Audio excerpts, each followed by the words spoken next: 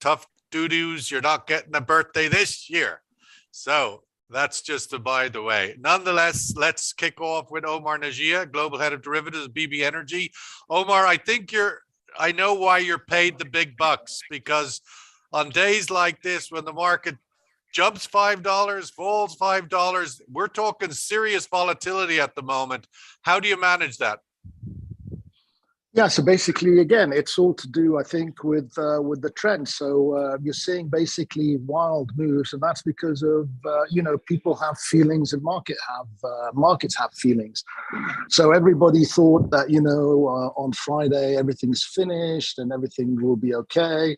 And then they saw all these sanctions, and now everybody's really worried again. And then, soon, it'll keep doing this. But I think the trend is higher, so we keep with it. Come the end of March, something like this, we turn negative.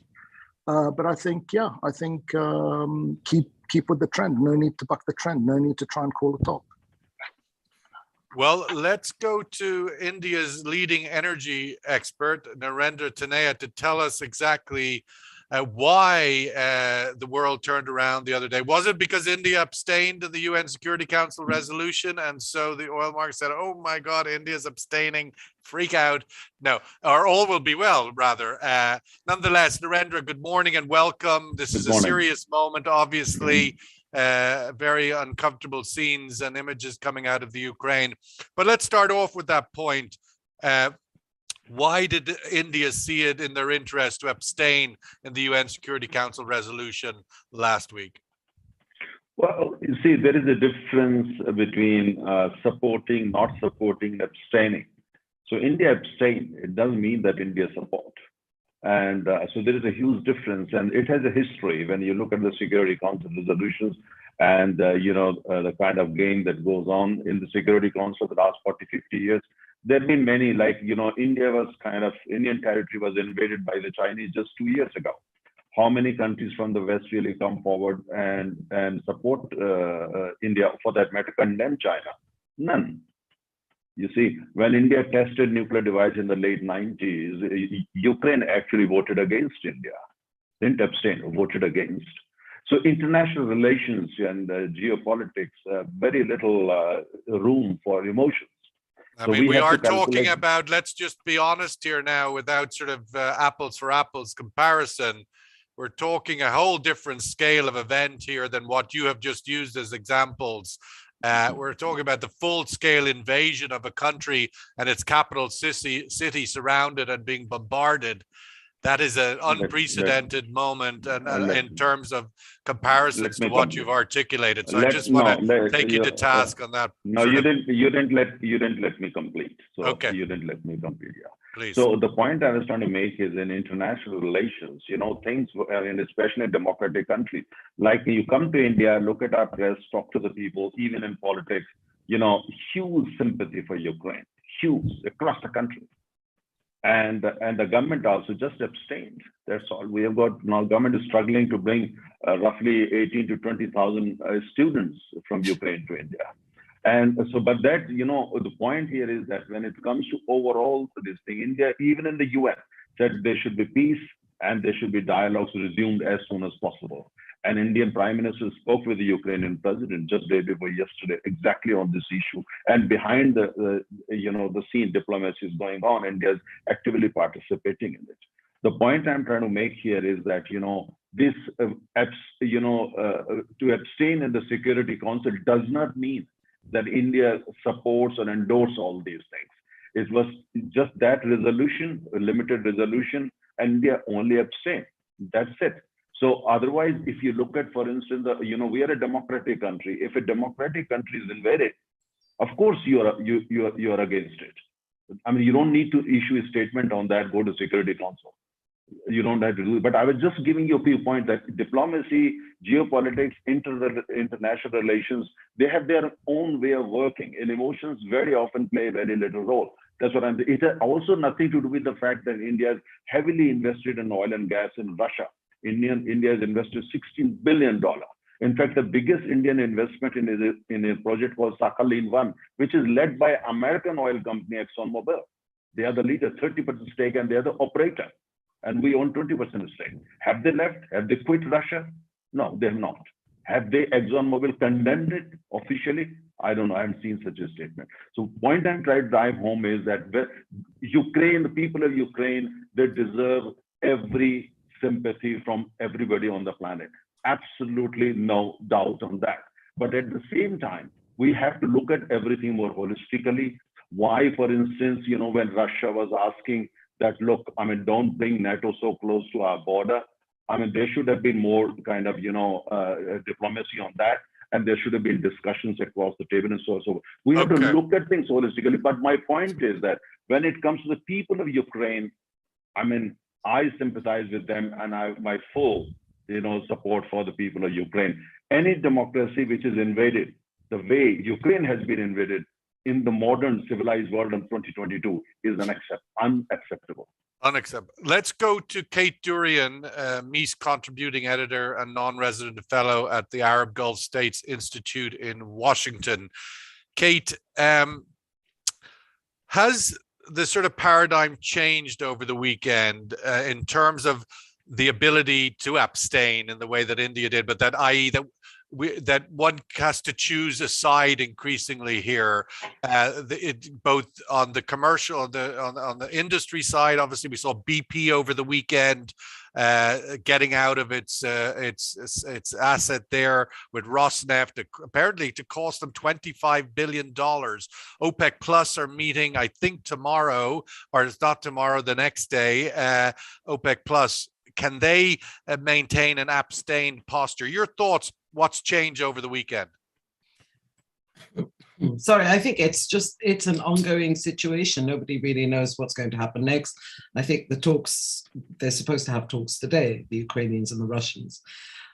So whether that actually de-escalates the situation or not is another story. BP, I think the 25 billion may be exaggerated. If you look at their stake in Rosneft and if you look at their results, I think it's about 12%, which is, quite significant. Right. And it remains to be seen whether other companies, Total has huge interest in Russia in 3 LNG projects. You've got ExxonMobil, you've got Shell.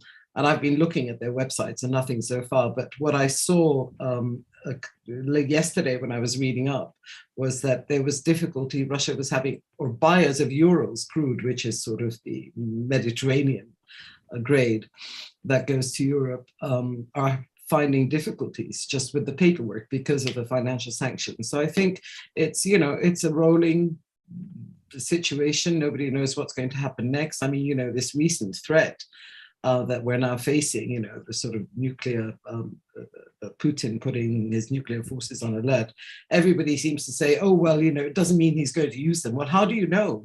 Because we didn't really expect this full-scale invasion. So I think it's very difficult to predict at the moment which way things are going to go. Well, let me just come back to you on the particularly OPEC Plus thing. Obviously, you're a long-time watcher of OPEC Plus, and God knows how many meetings you've attended, a lot more than I have, and that's a lot. But can OPEC Plus navigate through this without any being sucked into the politics of it all, or even perhaps the need to bring in more supply if indeed, as you indicate, Russian exports get disrupted? I think it's going to be a very difficult one. I was in Riyadh up until a couple of days ago, and I was talking to one of our friends who big. And I said, there's supposed to be the big World Energy Congress in St. Petersburg in October. And what are you going to do? He says, oh, we'll go. But that was, I think, just the day before the full invasion. So, so far as we know, they intend to stick with the OPEC Plus agreement because at the end of the day, they really need Russia to be on board. But again, we keep seeing new sanctions coming up. There was a phone call from Macron to the Crown Prince of Saudi Arabia, to Qatar, and I think this sort of whole energy security issue. And they can argue that if you want energy security, we need to have Russia as part of the equation as opposed to outside it. Omar, looking at the technicalities of the trading space, we saw reports over the weekend that even though the sanctions may not be yet directly connected to oil and gas exports, but that traders and bankers may back away anyway because of the paperwork issue and the uncertainty on legality and so forth, as that happened in other examples where the sort of like self-censorship kicks in. What is your view on that, and how are you seeing that happen, or what's the outlook for that, regardless of whether there's actual specific sanctions for oil and gas, but there may indeed be a disruption anyway? You're on mute, just FYI. Thank you. So basically, sanctions are based on basically just the US and the EU deciding that, we're going to impose sanctions. There is no UN, there is no legality, there is nothing. There is no international law, absolutely nothing. Just we're going to do it because, this is our posse. And basically, we're big and we only have financial strength. So we're going to impose sanctions. The banks will all fall into line. And anybody who's dealing in Europe or the US is going to fall into line simply because the powers that be deem it so, and they can decide. Even if there's no specific sanctions on oil and gas? Yeah, because it's extra. You can't go to your legal department and say, by the way, because it's illegal. It's completely arbitrary. They can decide today or tomorrow, or whatever, right? And then you have NATO telling us that, they're a defensive organization. I mean, just that we listen to the other point of view, right? And they're so defensive that they attacked Libya, they attacked Yemen, they attacked Yugoslavia, they attacked Bosnia, they attacked Iraq, they attacked Afghanistan, but they're defensive. You see, it's not NATO that's bad, it's Russia. And now NATO basically is saying that Russia said to them, give us, like Narendra is saying, give us legally binding guarantees in December that you will basically take care of our security, blah, blah, blah. And they insisted that that NATO and the US, because they thought the EU was meaningless, put it in writing. And the US and NATO did put it in writing. And you know what they said? They said, we don't care about your security. Every nation has the right to join NATO. And even if they increase their security at the expense of Russian security, so be it. So basically, Russia's saying and showing what they do. And also the other assumption that everybody makes. I don't want to get too down a rabbit hole here, because obviously we're not here to represent Russia or NATO. We're here to look at the implications for the energy markets.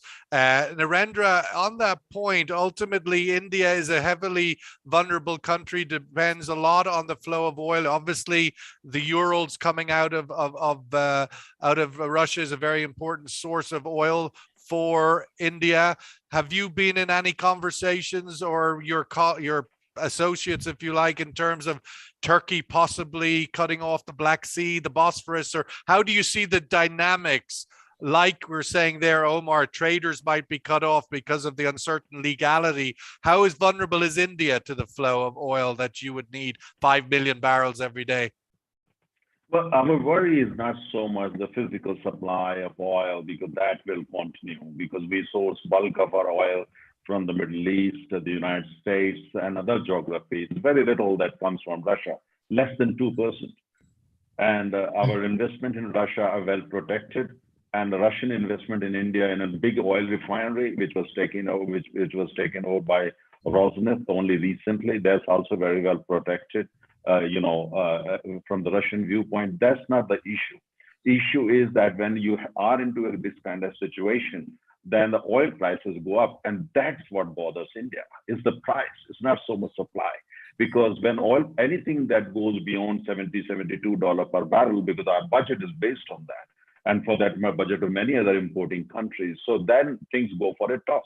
And that worries fiscal discipline, fiscal deficit to value of rupee, and everything practically, because we are an oil economy. We may not say it every day, but the fact remains we are very much an oil economy. But another point which Omar pointed out, we can't ignore it completely. We saw only yesterday, 40 million people were abandoned as if they were not humans by NATO in Afghanistan. Only yesterday.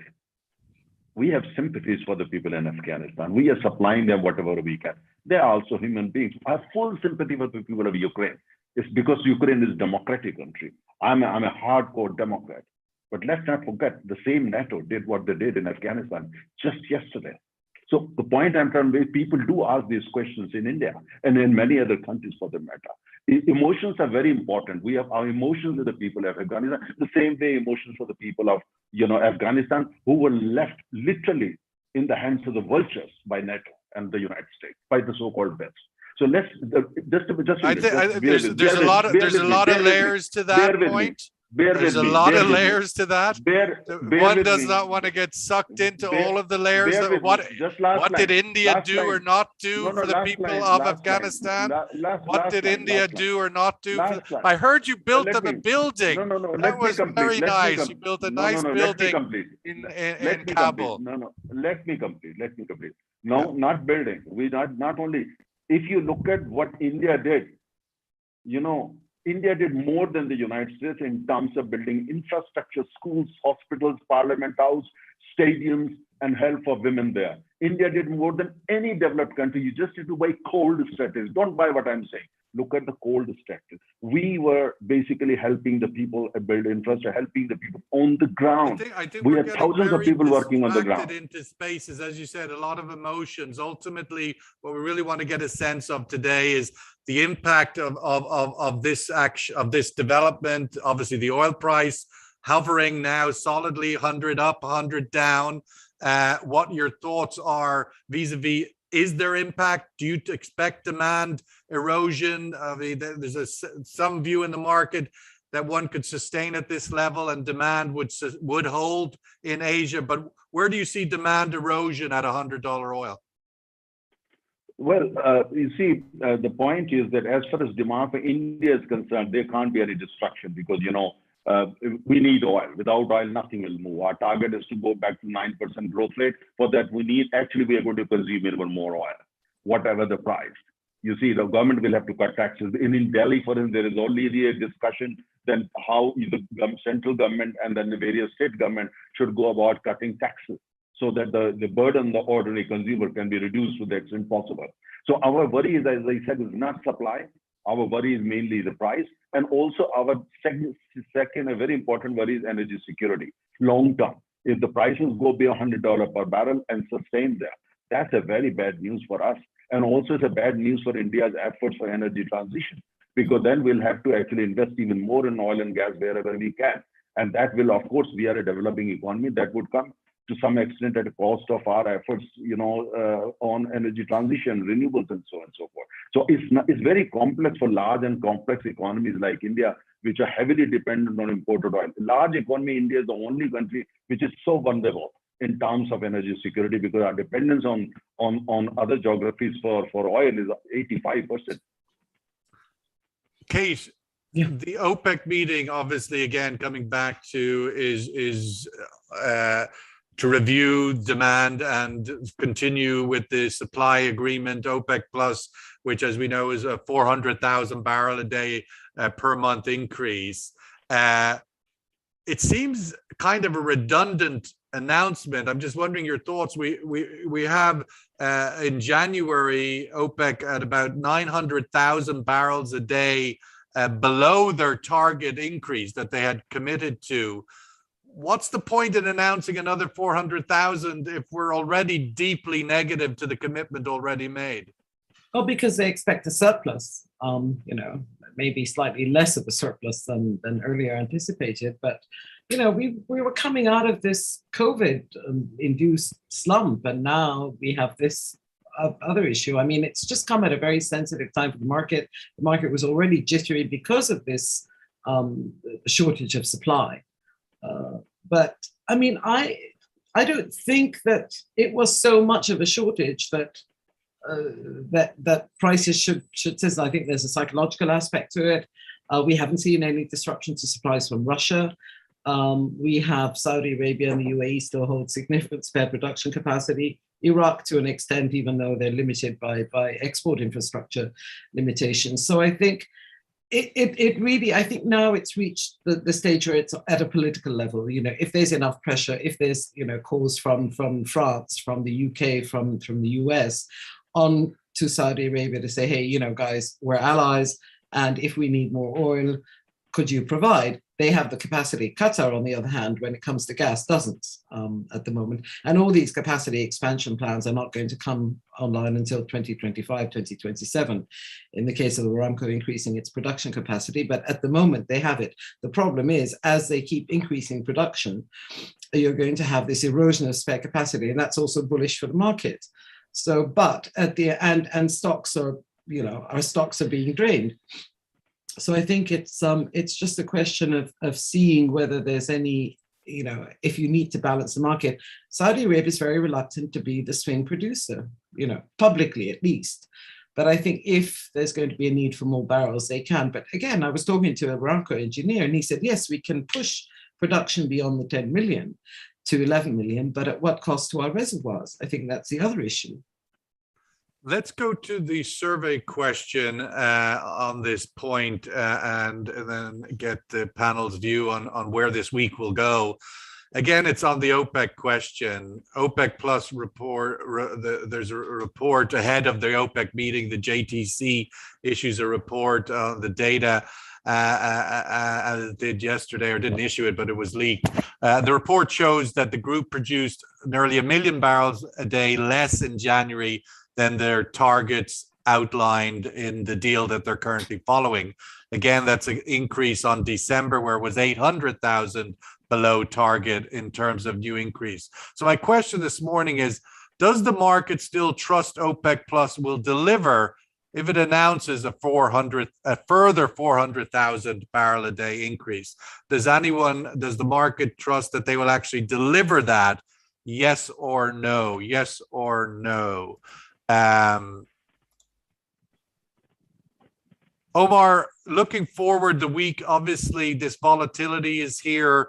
There, at least as of yet, no obvious disruption to oil supply. How do you think this week is going to unfold? Of course, last week we saw the surge up to 100 plus, then the somewhat collapse at the end of the week. Would you expect similar, or how do you see the week playing out? Okay, so basically, I think markets are driven by sentiment, by fear and greed, and I think the thing that affects markets the most, fear and greed, that's driven by, to a big extent, geopolitics. And I think by ignoring, trying to figure out what's going on, or who's doing what, or why, by ignoring who's doing strategy and who's doing tactics, by ignoring what the facts are, and by trying to bury your head in the sand and not wanting to kind of, understand or try to understand, or having different points of view or anything. I think basically people won't understand what's going to happen, won't understand why it's happening.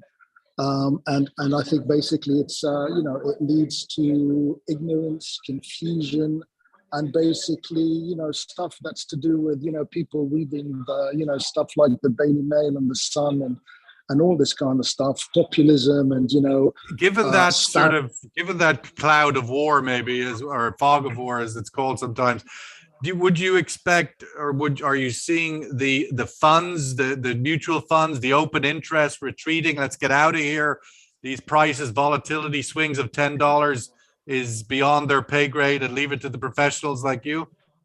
No, I think basically people do strategy. Whoever's doing strategy has a plan. Whoever's doing tactics is reacting and has no clue what they're doing. So basically look at who's doing strategy and follow what they're doing, right? In geopolitics, in politics, in anything, in markets, follow people who are doing strategy, okay? And also understand that nobody on this planet is stupid. You can't say to somebody, I'm going to destroy your house, your livelihood, your this and this. I'm going to make sure you can't pay your mortgage, so the bank forecloses on your house and all the rest of it. And be like a little, dweeb, and not expect to get, not only your face kicked in, but the entire, body kicked in. And you have to try and understand that this world is kind of real. And saying that you're doing, stuff, magical stuff on markets and all this kind of stuff, is not real. What's real basically is boots on the ground. What's real is in your face, and what's real is, look at all the stuff that's happened in Ukraine. We stand with Ukraine. I'm praying for Ukraine. Yeah, you can do all that stuff, but are you going to Ukraine to fight? I don't think so.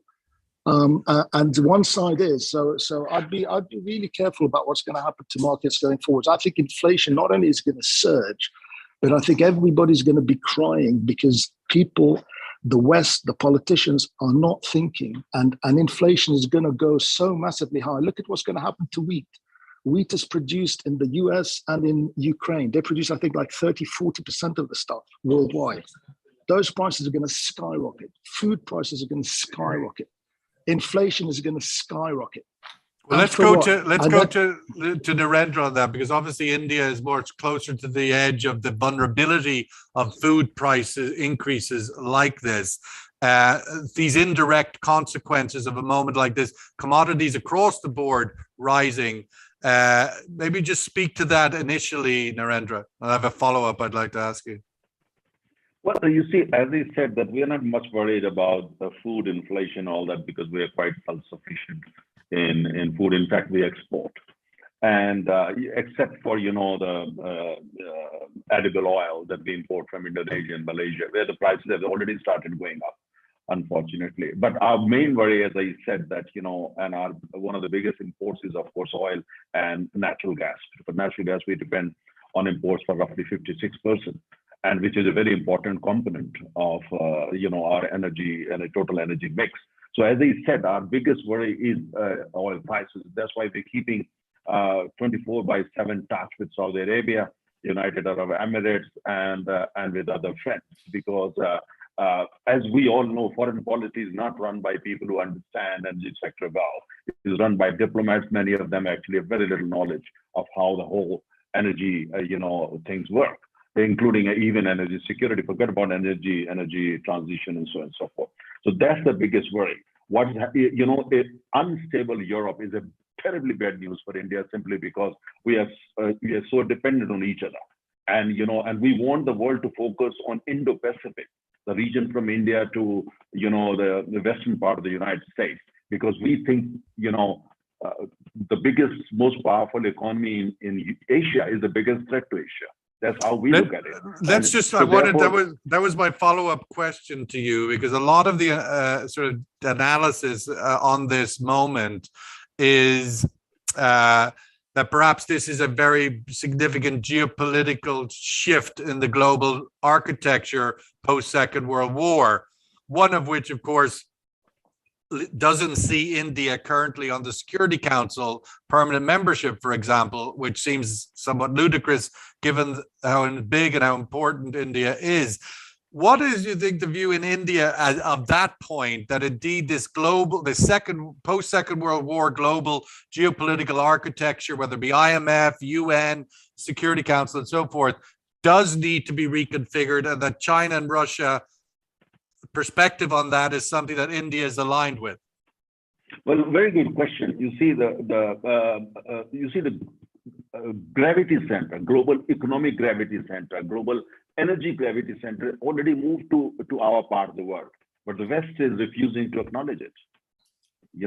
They still think the Atlantic is the center of not only the planet but the universe. But there's no truth in it. The fact is it is already moved. So, and Russia is a declining power. So if West gets bogged down in Europe fighting with the declining power, you see, that's a loss situation for us. We want the West to focus on Indo-Pacific, because that's where the gravity center is, and that's where the real challenges, geopolitical challenges are, with China at the center. China is a belligerent power. China wants to see a unipolar Asia first and unipolar world later.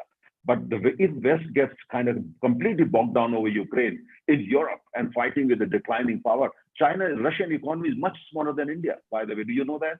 We are roughly $3 trillion economy. Russia is $1.75 trillion economy. Much smaller than us. When Rosneft was in trouble a few years ago, we bailed them out. We did. ONGC bailed them out. So you see, the point is that, so the gravity center is here, but we see these major shifts, unexpected shifts in the geopolitics. Now, the question is that the West got to realize, of course, we need to have a democracy like Ukraine. No doubt on that. No discussion on that. Democracy must be held. For me, Ukraine is democracy and must be held down. No discussion. But at the same time, you see, West should not get bogged down. Are they fighting fighting for people of Ukraine, or is a fight to topple one individual called Vladimir Putin? I think it's important to focus on Indo-Pacific, because that's where the challenges are. And by the way, that's where the opportunities are. The world center today, gravity center, is our part of the world. Reality is here. But if they get bogged down there, they'll end up compromising with their own geopolitical interests and facilitating further the rise of a very belligerent China.